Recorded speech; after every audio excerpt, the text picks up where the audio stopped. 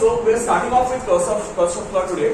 तुम लोगों से बहुत जनों को Kirchhoff's law पता है already, but still we are making a quick recap. तो पहले समझ लेते हैं क्या Kirchhoff's law बोल रहा है और उसको यूज कैसे किया जाता है।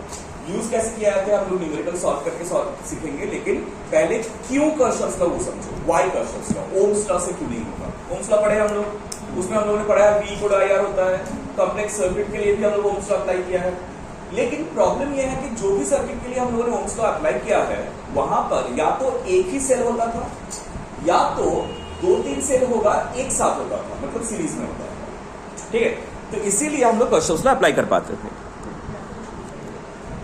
लेकिन अगर 2 या ज्यादा सेल रहेगा एक सर्किट में 2 या ज्यादा सेल, तब प्रॉब्लम होता है। हम लोग डायरेक्टली समझ नहीं पाते हैं कि कौन सा सेल को सीरीज में रखे, कौन सा सेल को पैरेलल में रखे। It is better to go for Kirchhoff's law.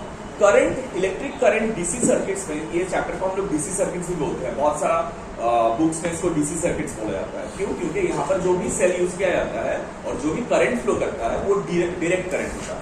ठीक है, तो ये सर्किट्स में एक सेल रहता है तो Ohm's law is enough. Ohm's law से हम लोग सब कुछ सॉल्व कर सकते हैं। लेकिन जब भी मोर देन 1 सेल रहता है तब कभी कभी ओम्स लॉ यूज करके सॉल्व नहीं हो पाता, and we take the help of Kirchhoff's law.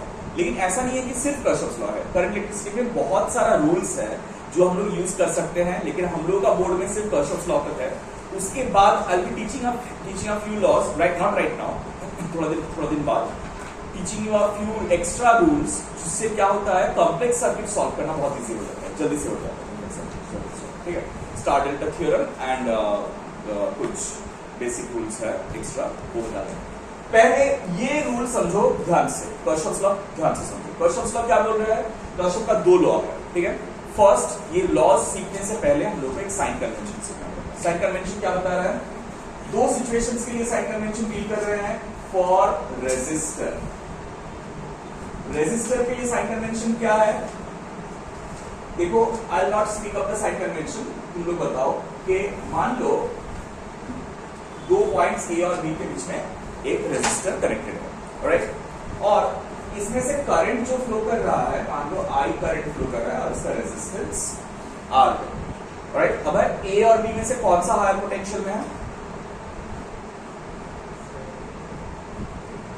Think of it. Priya, A और बी এর মধ্যে কোনটা হাই পোটেনশিয়াল আছে? Why A is at high potential? Current always flow from high potential to low potential. So अगर हम लोग A से B में जाएंगे, मतलब करंट जिस डायरेक्शन में है उस डायरेक्शन में जाएंगे। बोर्ड पे एक्सप्लेन कर रहे हैं, बोर्ड पे देखो और समझो। ठीक है, जब देखने बोलेंगे असाइनमेंट तब देखना, राइट? जब हम लोग A से B में जाएंगे तो हम लोग करंट का डायरेक्शन में जाएंगे, तो कहां से कहां जाएंगे? हायर पोटेंशियल से। That means will face a potential drop. क्यों? ऊपर से नीचे आ रहा है, हायर से लो आ रहा है। सो पोटेंशियल ड्रॉप को हम लोग जनरली नेगेटिव लेंगे और पोटेंशियल राइज को पॉजिटिव लेंगे। कब होगा राइज? अगर हम लोग B से A में, if you move from B to A, we are moving. Current इसी डायरेक्शन में मूव कर रहा है। अगर हम लोग B से A में आ रहे हैं रेजिस्टर के थ्रू, तब हम लोग लो पोटेंशियल से हाई पोटेंशियल में आ रहे हैं। So that means there is a potential rise. Is that clear? मतलब इसका मतलब क्या हुआ? In direction of current,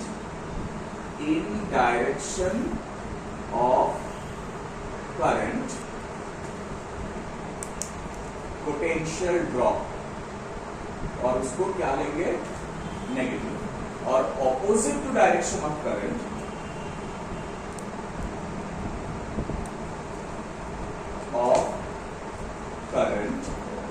potential rise, और इसको हम लोग क्या लेंगे? पॉजिटिव। अच्छा देखो, ये यूनिवर्सल कन्वेंशन नहीं है, this not an universal convention. तुम लोग पोटेंशियल ड्रॉप को भी पॉजिटिव ले सकते हो, लेकिन अगर पोटेंशियल ड्रॉप को पॉजिटिव लिया then you have to take potential rise as negative. उल्टा लेना पड़ेगा, ऐसा नहीं कि उसको भी पॉजिटिव इसको भी पॉजिटिव, ऐसा नहीं कर सकते। Alright, but I tell you to stick to a single convention. उससे क्या होता है? कंफ्यूजन कम रहता है। कहीं पर ड्रॉप को पॉजिटिव ले लिया, कहीं पर राइज को नेगेटिव ले लिया, उससे उल्टा बहुत उल्टा सीधा हो जाता है। Is that clear? Next, for a cell, cell के लिए क्या होता है? रेजिस्टर के लिए हम लोगों ने देखा, ठीक है? अब सेल के लिए क्या होता है, अगर ऐसा है कि हम लोग ए और ये बी, इसके लिए करंट का कोई डिपेंडेंसी नहीं है, मतलब it does not depend upon current, current के ऊपर डिपेंड, करंट डायरेक्शन के ऊपर डिपेंड नहीं होता है, does not depend on current direction, current direction, current किस डायरेक्शन में फ्लो कर रहा है, we are not interested for a cell, ठीक है। सेल के लिए क्या लिखेंगे, सिंपल, क्या हम लोग पॉजिटिव से नेगेटिव प्लेट में जा रहे हैं या नेगेटिव से पॉजिटिव प्लेट में जा रहे हैं, अगर हम लोग ए से बी में जा रहे हैं तो कहां से कहां जा रहे हैं, पॉजिटिव टू नेगेटिव या नेगेटिव टू पॉजिटिव, ए से negative, positive to negative, positive मतलब हाई पोटेंशियल, नेगेटिव मतलब तो मतलब पोटेंशियल ड्रॉप, ठीक है। So from positive plate to negative plate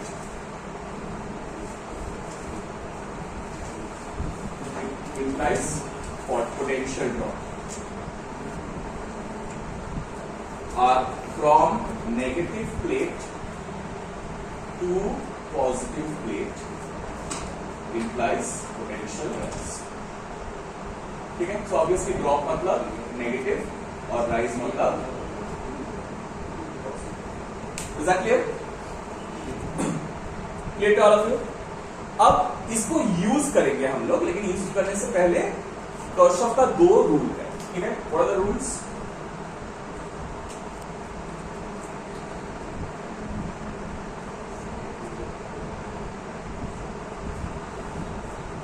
Kirchhoff's current law, ठीक है, जिसको हम लोग केसीएल भी बोलते हैं, और इसको जंक्शन रूल भी बोला जाता है, जंक्शन रूल, ठीक है। Junction rule obeys the charge conservation principle, क्यों वो बता रहे हैं, पहले जंक्शन रूल क्या होता है समझ लेते हैं। जंक्शन रूल बोल रहे हैं कि अगर तुम्हारे पास एक जंक्शन है, कैसे डिफाइंड होगा जंक्शन, जहां पर एटलीस्ट 3 कनेक्शन आ रहा होगा, मिनिमम 3 कनेक्शन, उससे ज्यादा हो सकता है, लेकिन मिनिमम कितना कनेक्शन आना पड़ेगा, 3 कनेक्शन आना पड़ेगा। तो जंक्शन लॉ बोल रहा है the algebraic sum of current leaving और entering the junction is always 0, मतलब इसका मतलब क्या हुआ, मान लो यहाँ पर करंट I1 है, इधर करंट I2 है, इधर करंट I3 है, I4 है, और यहाँ पर करंट I5 है, ठीक है। तो देखो I1 करंट जंक्शन के पास जा रहा है, लेकिन I2 जो करंट है वो जंक्शन से दूर जा रहा है, और I3 जो है towards junction, I4 towards junction, I5 junction से दूर जा रहा है। तो अगर जो जंक्शन के पास आ रहा है उसको हम लोग पॉजिटिव ले लेते हैं, और जो जंक्शन से दूर जा रहा है उसको हम लोग नेगेटिव ले लेते हैं, तो हम लोग इसका ऐसे लिख सकते हैं कि I1 minus I2 plus I3 plus I4 minus I5 is equal to 0, या तो सिंपली हम लोग बोल सकते हैं कि I1 plus I3 plus I4 is equal to I2 plus I5, मतलब sum of currents entering the junction is equal to sum of current leaving the junction। क्यों, क्योंकि जंक्शन जो है वो कोई करंट कंज्यूम करके रख नहीं रहा है या स्टोर करके रख नहीं रहा है। That means what, the amount of charge entering the junction is equal to the amount of charge, that is why we call this to be according to charge conservation principle। charge obeys charge conservation principle, conservation principle obeys charge conservation principle, ठीक है। और दूसरा rule क्या है, दूसरा rule है Kirchhoff's voltage law, KVL।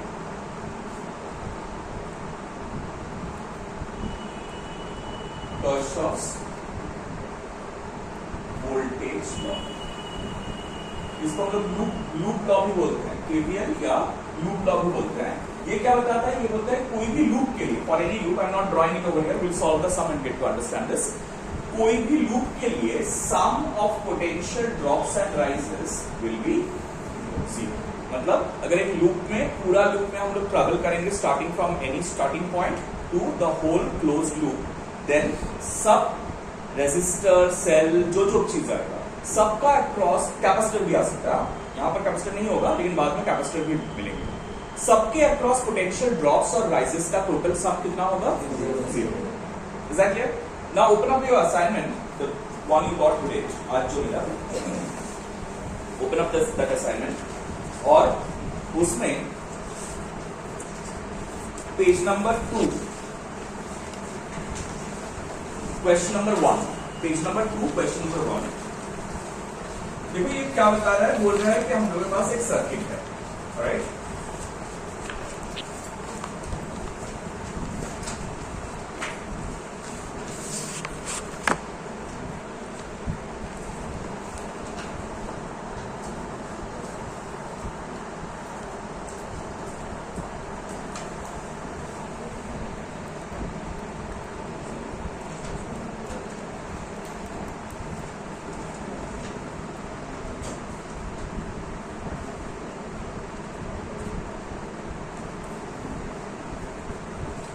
देखो दो सेल मैंने बताया था कि एक से ज्यादा सेल रहेगा तभी कर्शफ लॉ लेके आते हैं. देखो ये सेकंड वाला सेल नहीं होता ना तुम लोगों के पास, तो ये सम बहुत इजी है. ये दो पैरेलल में है, उसके साथ ये सीरीज में है और ये सेल है. It's a class 10 problem.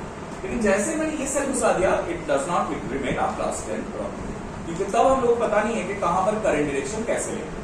That becomes a confusion. ठीक है, तो पहले हम लोगों को कर्शॉफ्स जंक्शन लॉ यूज करना है, करंट का सारा डायरेक्शन फिक्स अप कर लेना है, उसके बाद कर्शॉफ्स वोल्टेज लॉ यूज कर सकते हैं. याद रखना, करंट का डायरेक्शन अगर फिक्स नहीं रहेगा तो हम लोग लूप लॉ यूज क्यों? क्योंकि लूप लॉ के लिए sum of potential drop rise करना पड़ेगा और उसके लिए ये साइन कन्वेंशन हम लोगों को फॉलो करके रखना पड़ेगा.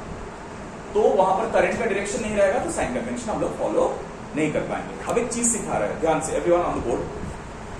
देखो जब भी तुम लोग, ये कौन सा असाइनमेंट का है? करंट इलेक्ट्रिसिटी सेकंड असाइनमेंट का फर्स्ट क्वेश्चन. जब भी तुम लोग का एक सर्किट दिया हुआ रहेगा और करंट का डायरेक्शन नहीं मार्क किया हुआ रहेगा, अगर करंट का डायरेक्शन मार्क किया हुआ रहे तब बहुत इजी है, तब डायरेक्टली हम लोग लूप लॉ लगाना चालू कर देंगे. लेकिन करंट का डायरेक्शन मार्क नहीं किया हुआ रहता है तब बहुत बड़ा कंफ्यूजन हो जाता है कि कहां पर करंट कैसे मार्क करें. ऑलराइट, तो एक छूट है कि तुम करंट कोई भी डायरेक्शन में मार्क कर सकते हो, लेकिन जब तक एक जंक्शन से दूसरा जंक्शन नहीं आ जाता है तब तक करंट सेम रहेगा. करंट चेंज मतलब अगर मैंने बोला कि मैंने यहां पर करंट I1 लिया, अगर मैंने बोला कि मैंने यहां पर करंट I1 लिया, इधर जा रहा है, तो यहां पर मैंने आई कैन नॉट से over here, I can not से द करंट इज I2, ऐसे लेके I2 नहीं बोल सकते. क्यों? क्योंकि देखो यहां एक जंक्शन है, यहां एक जंक्शन है, ये जंक्शन से स्टार्ट करने के बाद और कोई जंक्शन मिल रहा है हम लोगों को? देखो ये पूरा एक ही लाइन है, तो एक ही लाइन में करंट अलग अलग नहीं हो सकते. So it has to be the same direction of current and the same value of current. मतलब यहां पर भी I1 रहेगा, यहां पर भी I1 रहेगा, यहां पर भी I1. लेकिन जैसे ही जंक्शन में वो पहुंचेगा वहां पर करंट सेम नहीं रहेगा. यू नो जंक्शन में क्या होता है, स्प्लिट हो जाता है करंट. तो मान लो हम लोगों ने इसको स्प्लिट करवा दिया, इधर करंट I2 भेजे और इधर करंट I3 भेजे. तो ये तो ऑब्वियसली यहां से यहां तक I2 रहेगा, लेकिन ये जो करंट I3 जा रहा है वो क्या करेगा, यहां से आएगा और यहां से आके कंबाइन करेगा I2 और I3, फिर I1 बनाएगा. समझ में आया? तो मतलब यहां से ये पूरा रीजन में कितना करंट रहेगा? हाँ, जब तक जंक्शन नहीं आएगा. क्लियर? करंट कैसे मार्क करना है? क्लियर? अब तुम लोग बोलोगे सर आपने करंट I1 इधर लिया, अगर मैंने करंट I1 इधर लिया होगा, ले लो, कोई दिक्कत नहीं. अगर तुमने गलत लिया होगा तो फाइनल आंसर में आंसर नेगेटिव आएगा, तुम्हारा आंसर गलत नहीं आएगा, सिर्फ करंट का वैल्यू नेगेटिव आएगा, गलत आंसर नहीं आएगा. ठीक है, यहां पर भी मैंने गलत डायरेक्शन लिया है, मतलब ऑब्वियसली दिखाने के लिए लिया है. एक करंट डायरेक्शन गलत है, कौन सा गलत है अभी नहीं बताएंगे, लेकिन उसका वैल्यू फाइनली नेगेटिव आएगा. और फिर भी तुम लोग गेस कर सकते हो, बोल सकते हो कौन सा करंट का डायरेक्शन मैंने गलत लिया है यहाँ पर, जिसका वैल्यू बाद में नेगेटिव आ सकता है, आने का चांस है. I3. क्यों? क्योंकि देखो सेल का पॉजिटिव प्लेट से करंट निकलता है ना, और ये स्ट्रॉन्गर सेल है, देखो इससे स्ट्रॉन्गर सेल है ना, तो जो स्ट्रॉन्गेस्ट सेल है, मतलब जो स्ट्रॉन्गेस्ट सेल होता है सर्किट में, करंट उसका positive negative direction follow generally करता है. मतलब ये I3 जो है ना, ये बाद में नेगेटिव आएगा, देखना सॉल्व करके वो बताएंगे, सॉल्व करेंगे तब समझ में आता है. ठीक है, करंट डायरेक्शन मार्क हो गया. So first step, Kirchhoff's law का फर्स्ट स्टेप क्या है? Mark current direction. Current direction नहीं मार्क किया हम लोग, मार्क करके हम लोग आगे नहीं बढ़ सकते। सेकेंड स्टेप है मार्क आउट द लूप्स, मतलब ABCD मार्क कर लो, जितना भी तुमको कॉर्नर्स मिले सब कॉर्नर्स को मार्क करो, ठीक है। So I am marking it clockwise. मान लो ये starting from here A B C D E F, जितना भी कॉर्नर तुमको मिले या जंक्शन मिले सारा पॉइंट्स को मार्क कर दो, ABCD मार्क कर दो। हो गया मार्किंग? हो गया। सो ये दो स्टेप्स है primary for applying the Kirchhoff's law. अब हम लोग Kirchhoff's लॉ अप्लाई करेंगे। तो फर्स्ट लॉ क्या है? जंक्शन लॉ और current law, Kirchhoff's current law. तो देखो यहां पर कितना जंक्शन दिख रहा है तुम लोगों को? कितना जंक्शन दिख रहा है? दो, एक C है एक F है, राइट? दिख रहा है? तो इसमें से कोई भी एक जंक्शन में तुम जंक्शन लॉ लगा सकते हो। दो जंक्शन में लगाओ कोई दिक्कत नहीं है, लेकिन इक्वेशन तुमको सेम मिलेगा, अलग इक्वेशन नहीं मिलेगा। अगर दोनों जंक्शन में अलग इक्वेशन मिल रहा है मतलब तुमने गलती किया है, यू मेड सम मिस्टेक। समझ आ रहा है क्या बोल रहे हैं? हाँ या ना? अंशिका, C पे मुझे जंक्शन लॉ लगाना है, क्या इक्वेशन बनाएंगे?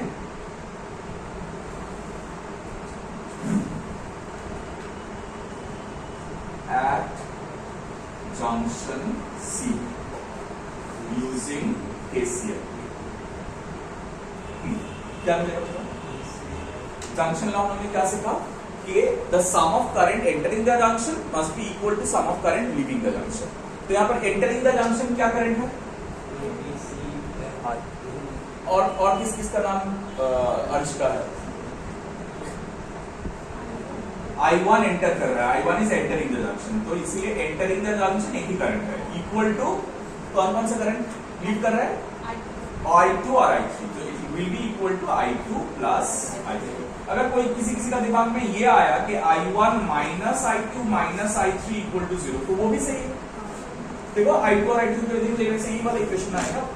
Is that clear? So sum of current entering the junction must be equal to sum of current leaving the junction. Alright, अब तुम बोलोगे सर C मुझे नजर नहीं आया, मुझे पहले F नजर आया, तो F के लिए अप्लाई नहीं कर सकते हैं। तो F के लिए अप्लाई करो। देखो एट F, ये लिखने का जरूरत नहीं है, don't write this. At F क्या हो रहा है? देखो कौन कौन सा करंट आ रहा है? I2 आ रहा है, I3 आ रहा है, तो I2 प्लस I3 और I1 जा रहा है इज इक्वल टू I1। अलग आया आंसर? अलग इक्वेशन आया नहीं? तो कोई भी एक जंक्शन के लिए, सब जंक्शन के लिए बनाना है जरूरत। अब मुझे बताओ कितना वेरिएबल है तुम्हारे पास? How many variable do you have? 3 variable हम लोगों के पास, तो मिनिमम कितना इक्वेशन बनाना है ताकि सॉल्व हो जाए? 3। तो एक इक्वेशन बन गया। अब दूसरा नेक्स्ट इक्वेशन है। नेक्स्ट इक्वेशन हम लोग KVL लगा रहे हैं, Kirchhoff's वोल्टेज लॉ लगा रहे हैं, ठीक है। तो Kirchhoff's वोल्टेज लॉ के लिए कोई भी एक लूप आइडेंटिफाई करना जरूरी है। लूप मतलब जो पॉइंट से स्टार्ट करेंगे वही पॉइंट पे आके एंड करना है, और उसको नेमिंग भी ना वैसे ही करना है। कैसे? जनरली हम लोग जब क्वाड्रिलेटरल नेम करते थे इन ज्योमेट्री, ABCD ऐसे नेम करते थे ना, तो यहाँ पर ABCD नेम करने से नहीं होगा। ABCDA मतलब जहां से स्टार्ट कर रहे हो वहीं पर आके एंड कर रहे हो, वो भी बताना पड़ेगा। ऑलराइट, तो कैसे लिख रहे हैं यहाँ पर? देखो पहले हम लोग AFCD या ABCFA ले लेते हैं, ठीक है। इन द लूप ABCFA कैसे लिखना पड़ रहा है? समझ में आ रहा है? समझ में आ रहा है सब लोगों को? If you have any confusion यहीं पर पूछ लो। अनिश समझ आ रहा है? क्या हुआ? अरे इतना देर से लिख नहीं रहे थे? अच्छा इधर इधर इधर वो लिखना बाद में लिखोगे, टाइम देंगे हम। पहले ये समझ लो, इन द लूप ABCFA, ये पहला वाला समझ आया जंक्शन लॉ।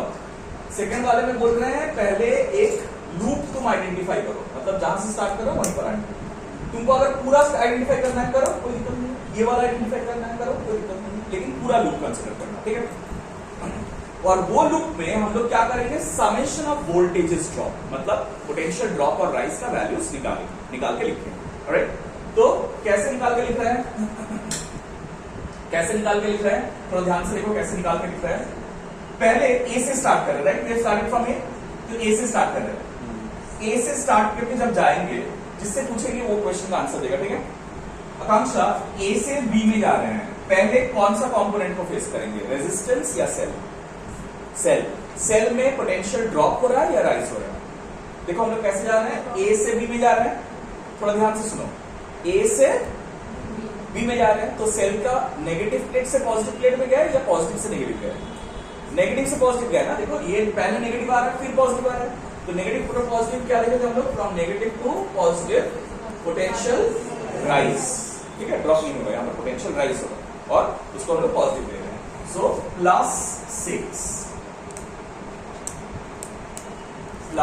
+6 है। हाँ नहीं बोलলাম নিতে পারো, ওটাই বললাম আমি যে তুমি যদি চাও তুমি একটা লুপ এটা পুরোটা নিতে পারো, কোনো অসুবিধা নেই। ঠিক আছে, তো জেনারেলি একটু সিম্পল লুপ রাখলে ভালো হয়, মানে লুপের ভেতরে কোনো লুপ যদি থেকে যায় তখন একটু মাঝে মধ্যে প্রবলেম হতে পারে। সিম্পল লুপ মানে একটা ছোট লুপ রাখলে ভালো হয়, বড় লুপগুলোকে না অ্যাভয়েড করলে ভালো হয়। বাট বড় লুপ নেওয়া যায় না তার না, ভুল না, ठीक होगा आंसर ठीक ही होगा, भूल होगा। हाँ बोलो, कुछ क्वेश्चन है? हो गया, ये समझ में आया? फर्स्ट +6 हो रहा है और उसके बाद क्या मिल रहा है कोमल? क्या मिल रहा है? सेल या रेजिस्टर? वो बोलो, रेजिस्टर, राइट। तो रेजिस्टर में देखो करंट जिस डायरेक्शन में जा रहे हैं हम लोग भी उसी डायरेक्शन में जा रहे हैं, तो क्या सीखेंगे हम लोग? क्या होता है इन direction of current? Potential drop, right. अब ये कितना होगा वो कैसे पता चलेगा? I into are. 3 नहीं लिखेंगे, 3 तो सिर्फ आर है ना। सेल के लिए ईएमएफ जो है वही पोटेंशियल डिफरेंस है, लेकिन रेजिस्टर के लिए पोटेंशियल डिफरेंस कैसे निकालते हैं? Through R resistor, V equal to I R, Ohm's law. V equal to I into R होता है, तो उसमें से जो करंट पास कर रहा है I1 इंटू जो रेजिस्टेंस है, समझ में आया? और ये वैल्यू क्या लेंगे? नेगेटिव लेंगे, -I1 into 3। Is that clear Anshika? Next, B से सी में कोई कंपोनेंट है? नहीं है। सी से जब एफ में आ रहे हैं तब क्या है? रेजिस्टर है, तो उसमें क्या हो रहा है? पोटेंशियल ड्रॉप या राइज। देखो सी से एफ में आ रहे हैं हम लोग, हाँ, और करंट का डायरेक्शन में ही आ रहे हैं, तो इसलिए ड्रॉप होगा। ड्रॉप मतलब नेगेटिव। Is that clear? तो it will be minus of कितना? I2 into 2, right. फिर देखो F से A में आना पड़ेगा, why? Because to loop complete the loop you have to come back to the same initial point as you have started। जब F से A में आएंगे तब कोई कंपोनेंट है? नहीं है, तो वहां पे कुछ लिखने का जरूरत नहीं। तो यही है sum of potential drops and rises, and this must be equal to this equation 2। Is that clear?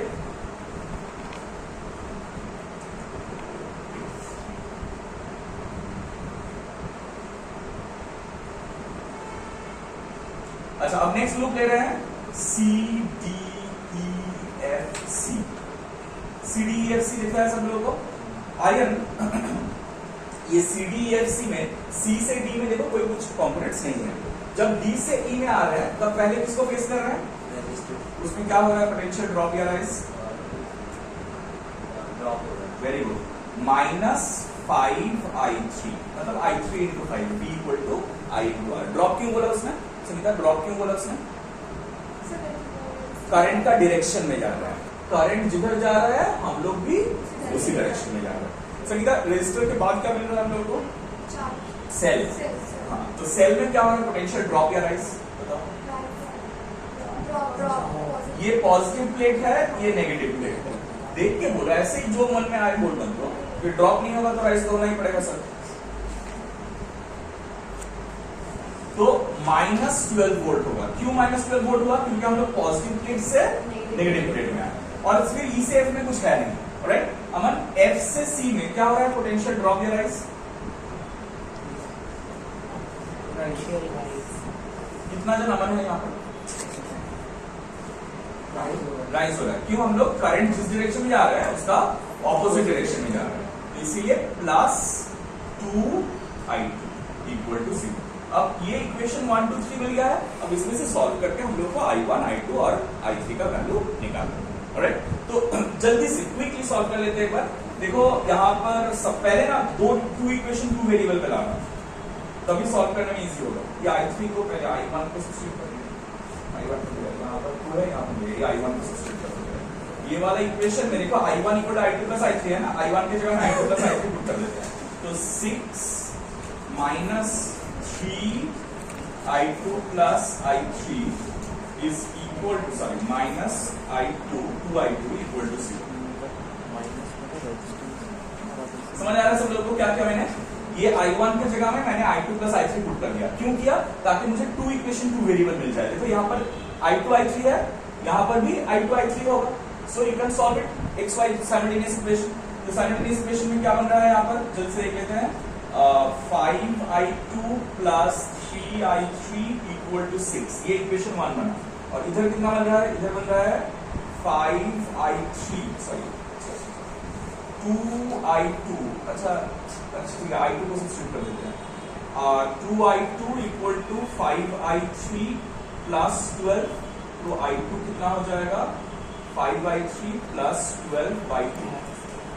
इसको हम लोग यहाँ पर सब्स्टिट्यूट कर देते हैं। तो क्या मिल रहा है? 5 इंटू, देखो गलती कर रहे हैं तो पकड़ना, गलती कर रहे हैं कुछ सिली मिस्टेक हो सकता है, ध्यान रखना सिली मिस्टेक हुआ या नहीं।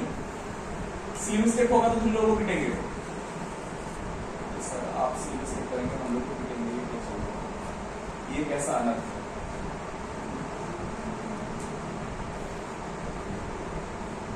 निगरानी तो तुम लोगों को रखना था ना। तुम लोगों का रिजल्ट खराब होगा तो कौन पिटेगा? आगे हमको पिटेगा ना। हम लोग पेरेंट्स लोग सब लोग बोलेंगे कि बेकार में पढ़ाया, कुछ नहीं पढ़ाया, कुछ नहीं सिखाया। तो पहले हम पीट देते हैं, उसके बाद खुद पिट जाएंगे, वो अलग बात है। तो देखो क्या आ रहा है, मैंने बोला था ना I3 नेगेटिव आएगा एट द बिगिनिंग।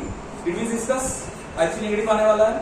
क्यों? क्योंकि ये positive plate of the cell है, उससे जनरली करंट निकलना चाहिए, तो उसका वो उल्टा डायरेक्शन में ले रहे हैं। तो current I3 comes out to be -48/31। मैंने ग्रुप में आंसर्स भेजे थे, एक बार जल्दी से चेक करो, एक बार जल्दी से चेक करो। ग्रुप में मैंने आंसर्स भेजे थे, एक बार जल्दी से चेक करके बताओ ठीक है या नहीं। Question number 3। अच्छा 3 नहीं, क्वेश्चन नंबर 5 बनाओ, क्योंकि 2, 3, 4 सारा इजी है। क्वेश्चन नंबर 5 बनाते हैं। 5 बना लेते हैं और वहां पर से कॉन्सेप्ट है वो भी सीख लेंगे हम लोग। ये बन गया सब लोगों का calculations and taking a picture and sending it in group. तो बाद में अगर तुम लोगों को रेफर करना है तो कैलकुलेशंस रेफर कर पाओगे।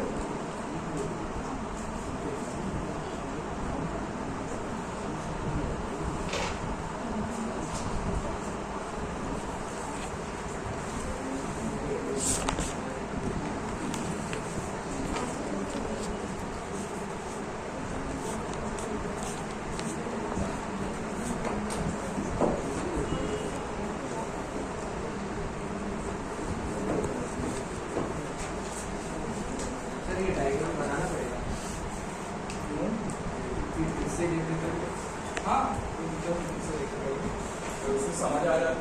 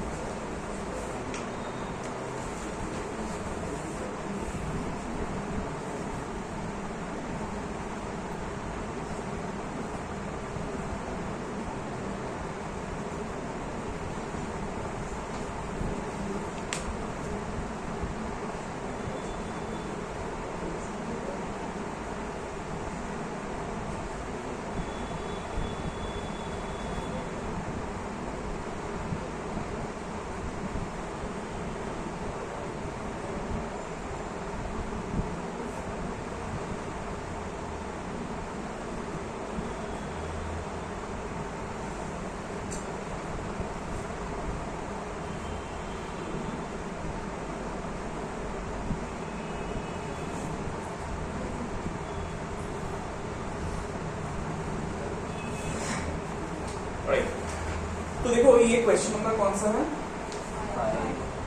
5।